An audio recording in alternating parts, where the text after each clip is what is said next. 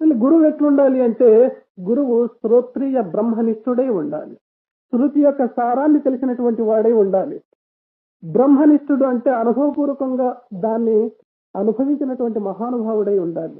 ఇవి రెండూ లేని నాడు వాడు గురువు కాదు, సాటి మానవుడితో సమానమైపోతాడు.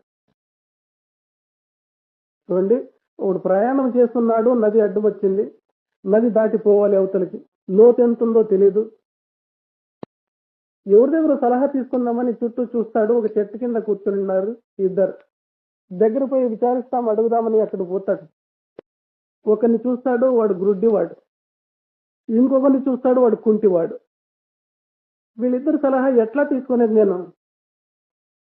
కుంటివాడు నీళ్లలో దిగలేదు, లోతెంతో నీకు తెలియదు. గుడ్డివాడు అసలు ఆ నదినే చూడలేదు, నీళ్ళనే చూడలేదు.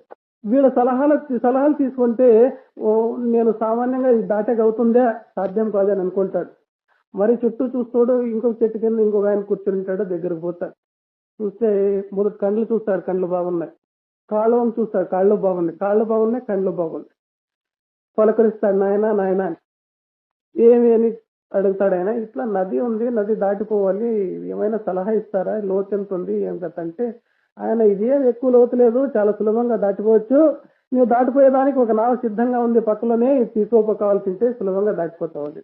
దాన్ని ఉపయోగించినాడు, సులభంగా నదిని దాటినాడు. దీని యొక్క అంతరార్థం ఏమిటి? శాస్త్ర జ్ఞానము, అనుభవ జ్ఞానం రెండు కావాలి. అనుభవ శూన్యుడు గురుడ్డివాడు, వాడేమి చూడలేదు. శాస్త్ర శూన్యుడు, శాస్త్రం కలిగినటువంటి వాడు కుంటివాడు. రెండూ కలిగినటువంటి వాడు గురువు. వాడు దాటిస్తాడు.